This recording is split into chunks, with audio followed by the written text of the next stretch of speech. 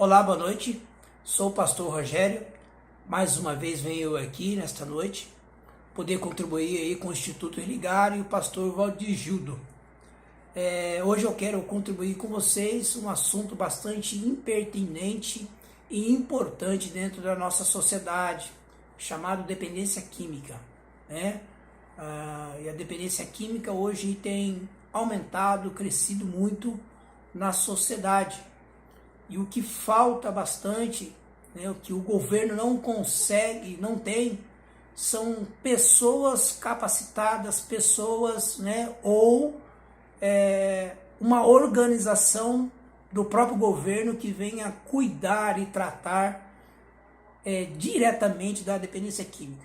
Hoje necessita do terceiro setor, né, como comunidades terapêuticas, desafios jovens, como o alvo principal que pode abrigar, acolher e cuidar dessas pessoas a qual passam por esse período bastante difícil, né, onde elas estão ali entregues ao uso, estão se destruindo, trazendo prejuízo para a família e na sociedade. O termo usado hoje mudou também, né, a respeito da dependência química. O termo usado é o TUS, transtorno de uso pela substância. E a fonte que eu tenho aqui para usar hoje, nesta noite aqui, é esse material. O tratamento da dependência química e as terapias cognitivo-comportamentais. Neide Zanelato e Ronaldo Laranjeira. Inclusive, o pastor Valdir Gildo aí havia me mandado um material aí da Neide Zanelato, acredito que doutora dentro da área da dependência química, como também aí o doutor psiquiatra aí, Ronaldo Laranjeira. Esse material aqui, eles têm uma importância muito bom, me ajudou e está me ajudando. Inclusive vai trazer aqui algumas clarezas aí dentro de alguns modelos que surgiram, né, no século XVIII, alguns entendimentos que tem aí a respeito da dependência química, que age e trata diretamente no nosso sistema nervoso central. É onde os dependentes químicos constantemente são atacados, né?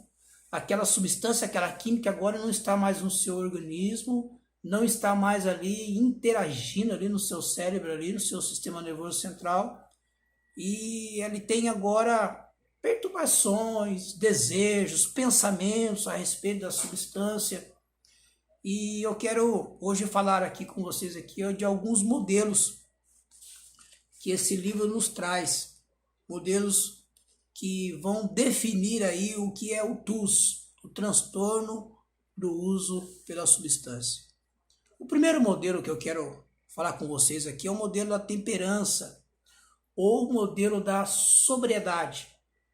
O modelo da temperança é um modelo que surgiu no século XVIII nos Estados Unidos, que inclusive, né, foi lá na América do Norte que começou os primeiros trabalhos, os primeiros modelos lá surgiram, e também as primeiras modelos de comunidades terapêuticas.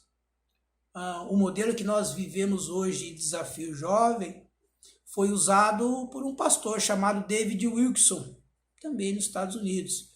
Tem até inclusive um livro de extrema importância que se chama A Cruz e o Punhal. Mas antes mesmo de David Wilkerson, existia um pastor luterano que saiu da Inglaterra chamado Frank Buchmann. E Frank Buchmann vem para a América do Norte e implanta um trabalho chamado Grupo Oxford. Esse Grupo Oxford é que começa a fazer um trabalho nos Estados Unidos evangelístico.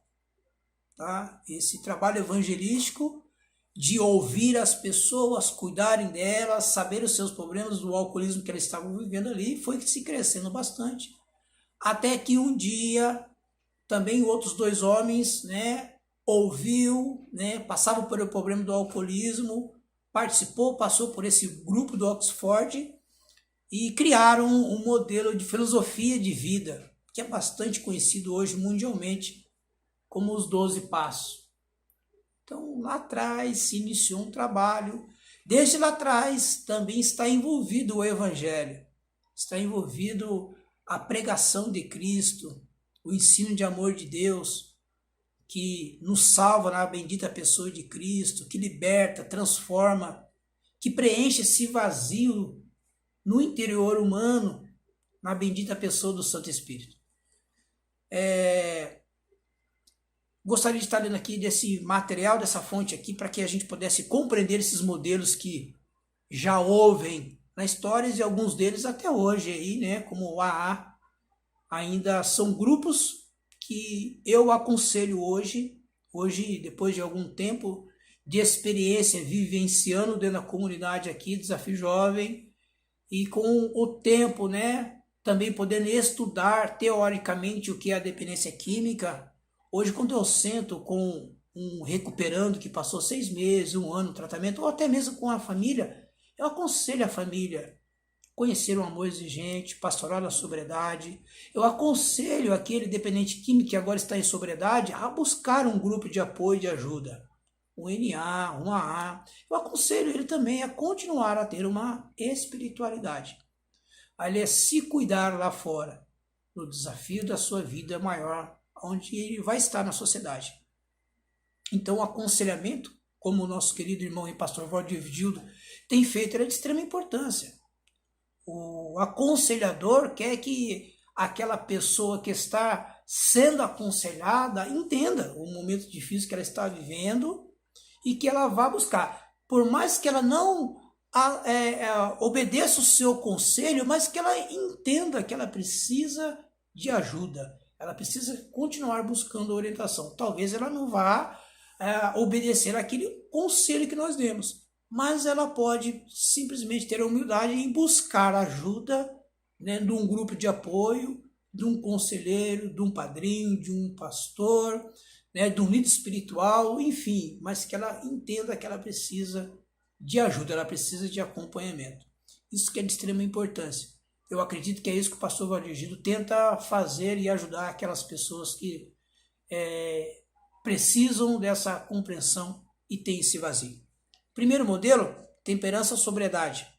No século XVIII, o consumo de álcool começou a ganhar mais atenção. E quadros de embriaguez passaram a ser considerados doença, a partir de trabalhos científicos, como os publicados por Thomas Totter. No fim do século XIX, nos Estados Unidos, surgiu o modelo de temperança ou sobriedade, o qual teve alguma credibilidade até 1933. Foi o modelo da temperança ou sobriedade a primeira tentativa estruturada para entender a etiologia do alcoolismo, com a utilização desse modelo como forma de entendimento da dependência de álcool. O objetivo do tratamento seria a administração cautelosa e moderada da substância. Tal modelo, diferenciado do anterior, não via a embriaguez como um pecado cometido por falha de caráter do indivíduo, mas sim um hábito a ser desaprendido.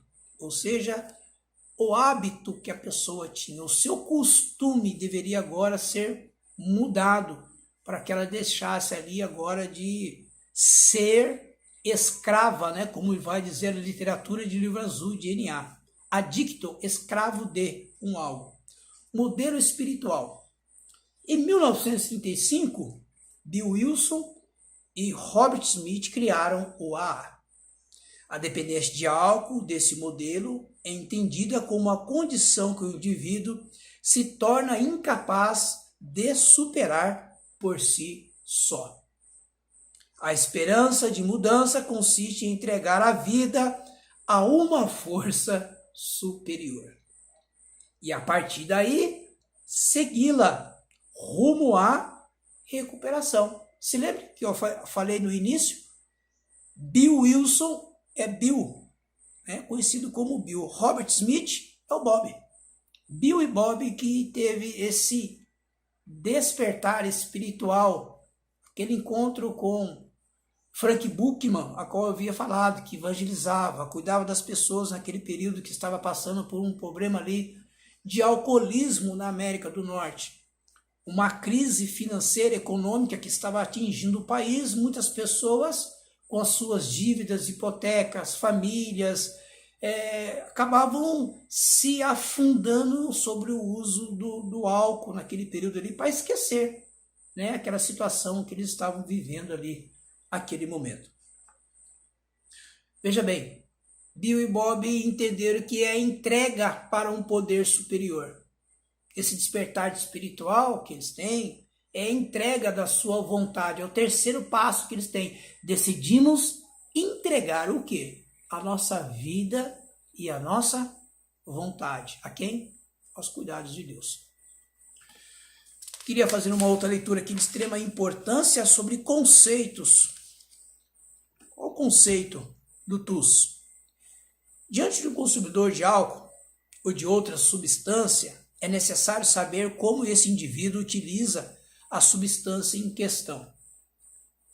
Nem todos os abusadores se tornam dependentes. O uso abusivo pode ser tão perigoso quanto determinados casos de dependência. E o uso esporádico, né, que é o chamado uso social. Eu bebo socialmente. Eu acreditei durante um período que eu fazia uso e consumo do álcool socialmente. Todo final de semana, sexta, sábado, domingo, sexta, sábado, domingo. Vai chegar um período que é sexta, sábado, domingo, segunda, sexta, sábado, domingo, segunda. Vai se indo, desencadeando cada vez mais. E a ambivalência, né, para aqueles que conhecem aí ou estudaram um pouco, a ambivalência é que uma certa quantidade precisa aumentar no meu organismo para que eu venha ter prazer. Isso é a ambivalência, o desejo fazer o uso maior agora da substância para que eu venha alcançar ali um prazer. O uso abusivo pode ser tão perigoso quanto, né, o esporádico, que pode ser mais perigoso do que um transtorno mais grave. Por exemplo, um jovem que ingere grande quantidade de bebida alcoólica apenas no finais de semana e que dirige alcoolizado pode se tornar um perigo maior para si próprio e para a sociedade do que um alcoolista crônico que não dirige. As diferenças entre uso e abuso e dependência não são tão nítidas, mas de forma simplificada. Podemos dizer, 2 pontos.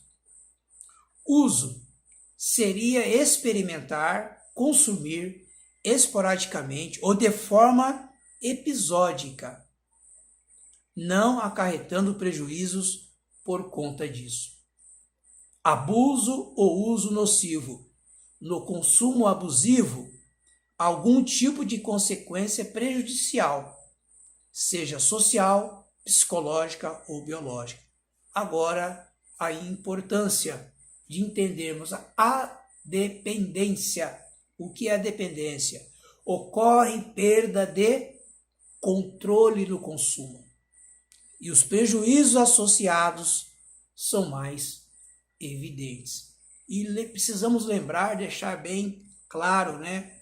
A pessoa se torna dependente sempre daquela substância para dormir, para comer, para estar envolvidas dentro de um grupo.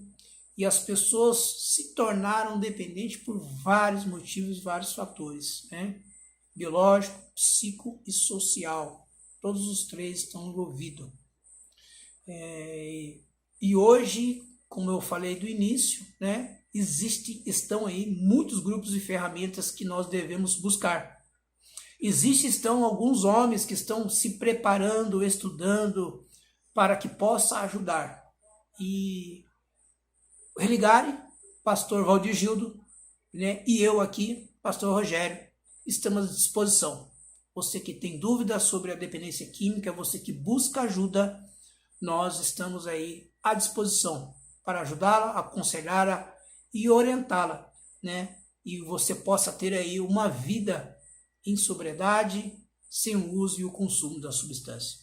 Mais uma vez, muito obrigado pela atenção e Deus abençoe a todos.